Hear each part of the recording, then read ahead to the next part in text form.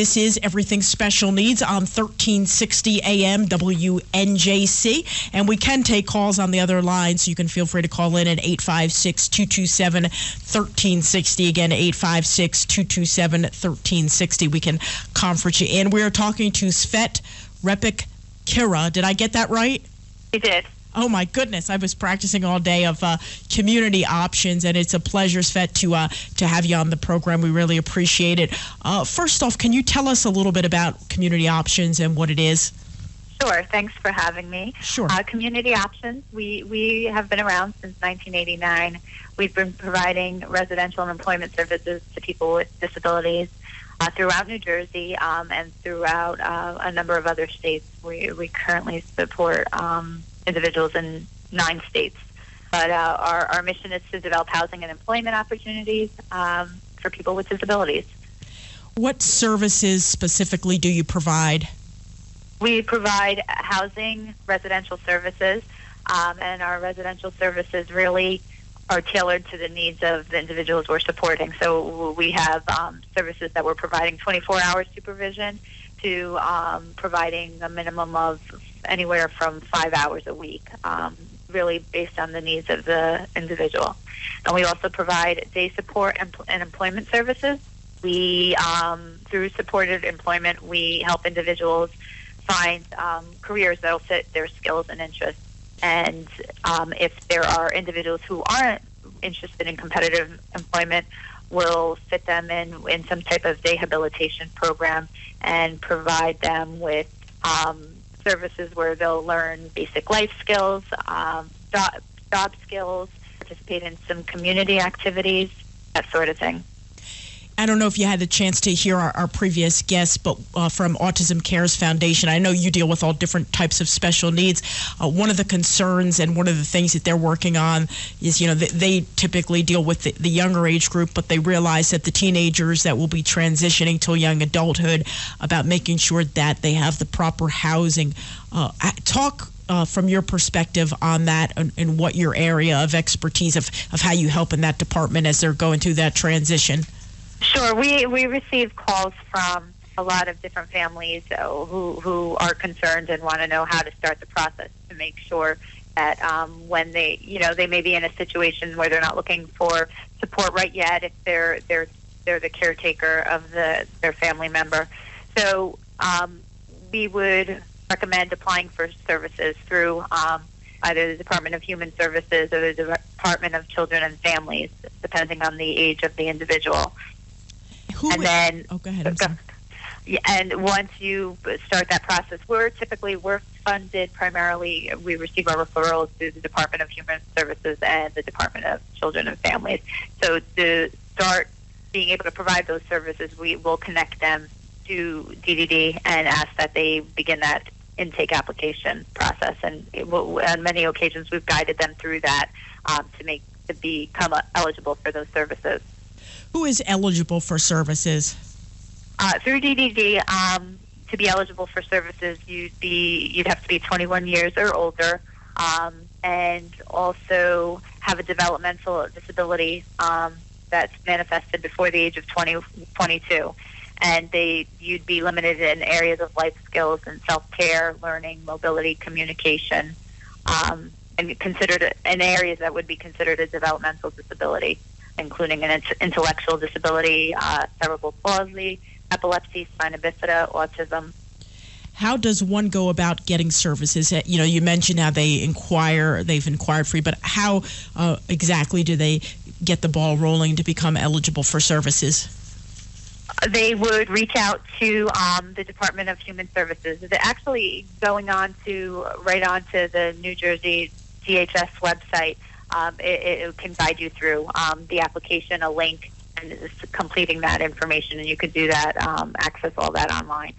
We're talking to Svet Repic-Qira of Community Options, and I know that you guys provide so many wonderful sources. Can you talk about, you mentioned getting in contact with you, what the website is or a contact number? Sure. It's www.comop.org. That's comop.org.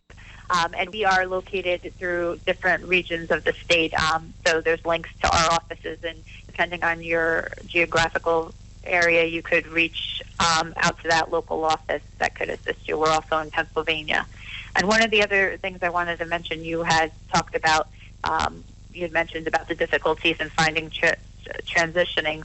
We also had established a STEP program, which is a school to employment program where we're working with local school districts and assisting people in high school to find job sampling with some other partners we've made in the community, hospitals or dealerships, and they could sample different job opportunities and receive some training that'll be able to expose them to a wide variety of sampling. It'll make them help them transition into employment once they graduate. At what point should one begin to inquire? I think immediately. If you have a family member or child, you could, for children, you could reach out to the Department of Children and Families. I don't think you can ever start too early. Unfortunately, there are waiting lists. New Jersey has thousands on the community services waiting list for individuals who are waiting for housing. So really, you want to get started on that early. How early? What age are we talking? 15, 17? What age? Yeah, I would say 15, 16. I would start that ball moving right away, because it'll be years before you can, like I said, the waiting list. People are on that waiting list for years, and really the priorities are people who are considered urgent, and those are where their caretakers are up in age or unable to care for them. And those are the individuals that are, they are becoming ready for services. Just to be clear, so are they calling you, or who are they calling to get the ball rolling?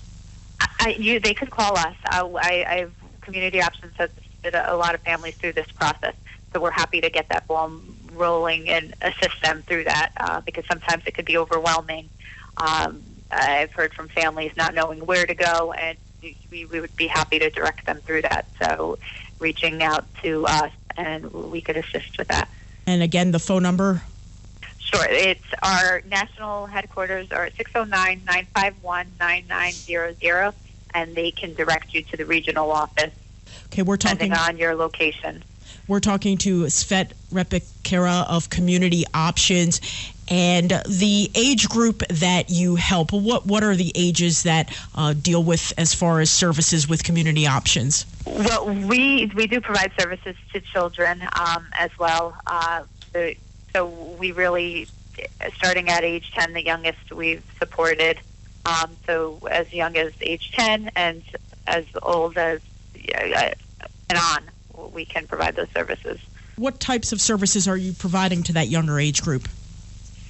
We are providing residential. We do have homes where we are supporting children through that 24-hour support, where they're living in a home with another child, and we're providing that supervision to in-home support as well, where we'll come in and provide a few hours of support needed to that child who's living with their parents. So really, it depends. What are the costs for the families to use your services? The individuals we are funded. These are services that, if they are eligible, would be funded through the Department of Human Services and the Department of Children and Families.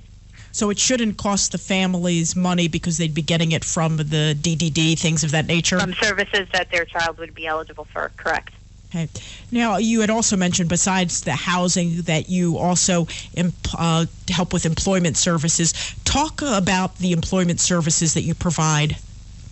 Sure. We do. We have a number of entrepreneurial businesses throughout the state where we provide job training for individuals. They include a flower store in Edison, where we provide high-quality flower arrangements where our employees will learn valuable retail skills, shipping, distributing, inventory management, that sort of thing, while working in a business. As well as that, we have a Presence of Mind, which is a gift store, as well as the Daily Planets, which are office conference centers where individuals will receive training in the areas of receptionist, copying, gaining skills in helping run a copy center. You mentioned now also the housing. Talk also a little bit about your housing services. Sure. We provide housing throughout the state. Again, we currently have 102 homes throughout the state where our individuals will live in their own home, with 1, 2, 3 other people. Again, they're tailored to the needs of the person. And we provide 24-hour support to help that individual become more independent in the community, providing medical support, support to be involved in recreational activities, and just helping them acquire life skills to become more independent. Okay, now the Cupid's Chase 5K, which is coming up in February, and it turns out I've actually ran this 5K in Philadelphia twice. So before I even knew you, I actually did this. Oh, wow. Yeah, I did this twice in Fairmount Park in Philadelphia. Talk about the Cupid's Chase 5K that you have going on in February. Tell us about the race and, of course, why and how it's so important. Sure. It's a way to get people involved. I think it's been really successful in having people learn about community options for the first time and hearing about what we do and how they could support our mission. We are February 13th will be our 8th annual Cupid's Chase. We started back in 2009 with Princeton being our only race location, and we have grown as a national event where we have 31 different locations where community options support individuals throughout the country. Last year we had about 4,400 runners nationally. We're expecting to have about 6,000 runners for our next race. It's on February 13th, 2016. And it's February 13th, and each location, it's that same date, so it's nationwide, right? It's nationwide, yes. It's happening at the same time in 31 different locations. Oh, and the local ones, I know. Tell us about the local ones, the ones in Philly and the ones in Princeton, the ones that are local to the South Jersey and Philadelphia area. What are those locations? Sure. Out of the 7 that we have in New Jersey, we have in Princeton. We have also one at Cooper River Park and in Sewell in Washington Lake Park. That's our newest location that we will be holding the race this year. Oh, that's great, because our radio station's actually located. That's where we're located. I had realized, and this is a new location for us. So that's perfect. That's beautiful, yeah. And then are you still having the Fairmount Park and Philly one? It'll be at the Philadelphia Zoo, and we'll still have a Philadelphia race, but the location has changed. It's at the zoo, okay. Yes. I'll tell you what, that zoo, that you're going to get a nice scenic view. That's a hilly course, so it's a great cause. It's a great cause. It's also for the runners that are a little more serious. It's a challenging one too, so you can get the best of both worlds in there to get people to participate in that one. Great. We love it. People are really excited about it. We get a lot of runners, and the cold, the time of year really doesn't deter the runners and the people who want to support the organization. When does registration start for that, and how do people go about registration has already started, and you could go right on the website. There's a link for Cupid's Chase, so www.comop.org, and there's a link to Cupid's Chase, and all the locations are listed there, and you could register online.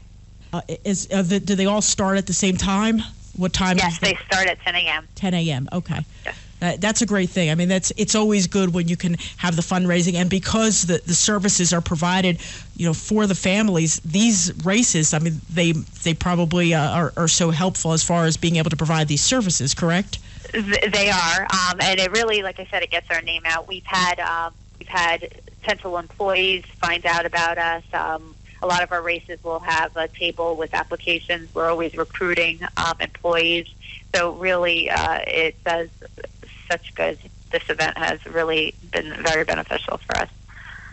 Talk about some of your other events that you have coming up. We will have a golf out. We had a golf outing in Pennsylvania. We do an annual outing. We'll be having something up in North Jersey as well. That'll be in May. And then we do have our regional offices. Each of our offices have a business advisory council, and this is a way people can get involved, to have members of the community be involved with local fundraisers that we have going on. We're always interested in spreading the word about what we're doing and getting people involved. And our COBAC members, that's the Community Options Business Advisory Council, they help us in areas of finding, new homes for individuals, helping us find jobs for individuals we're supporting. These connections tie us into other businesses that'll be able to help our mission. One of the things that you wanted to get into a little bit tonight is the issue of institutional closures. Talk about that a little bit.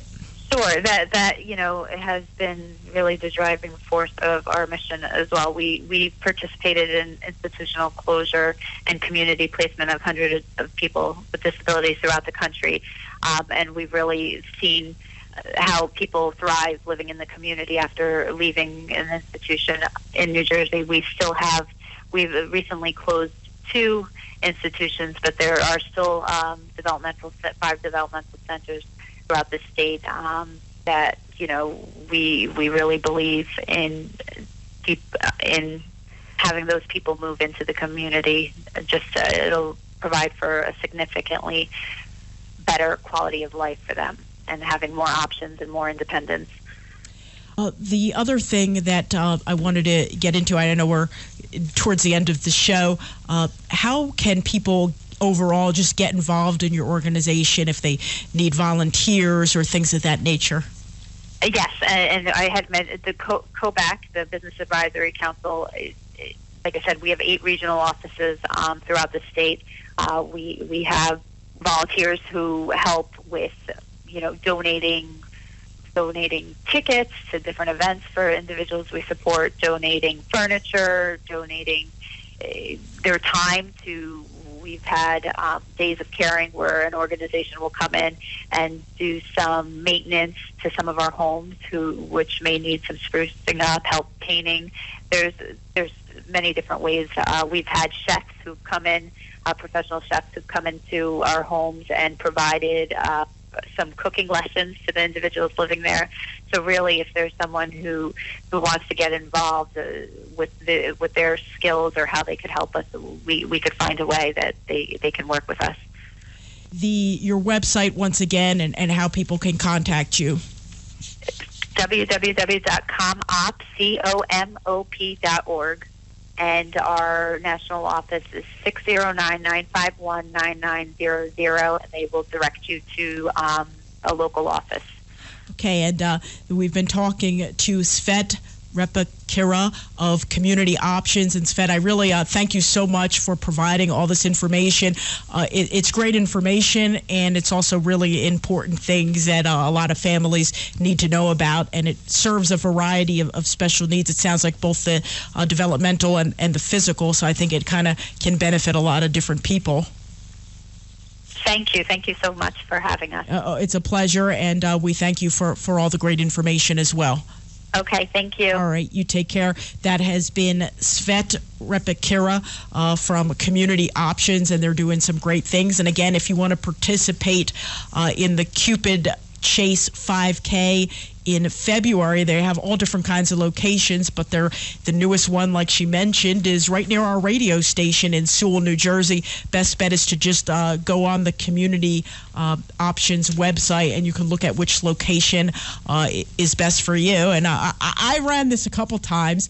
I think I may do the one, if I do this, I'll do the one closest to the radio station, because it probably sounds nice. There's some nice parks over in Sewell, Washington Township area, so I might do that one this time. So, but we'll see. I got to check out the schedule and everything and see if that's a possibility. But, there's a couple 5Ks going on. I've ran a few. I'm just not the greatest 5K runner here, but I can cross the finish line, so I guess that's the key to this whole thing. Anyway, you're listening to Everything Special Needs, 1360 AM WNJC.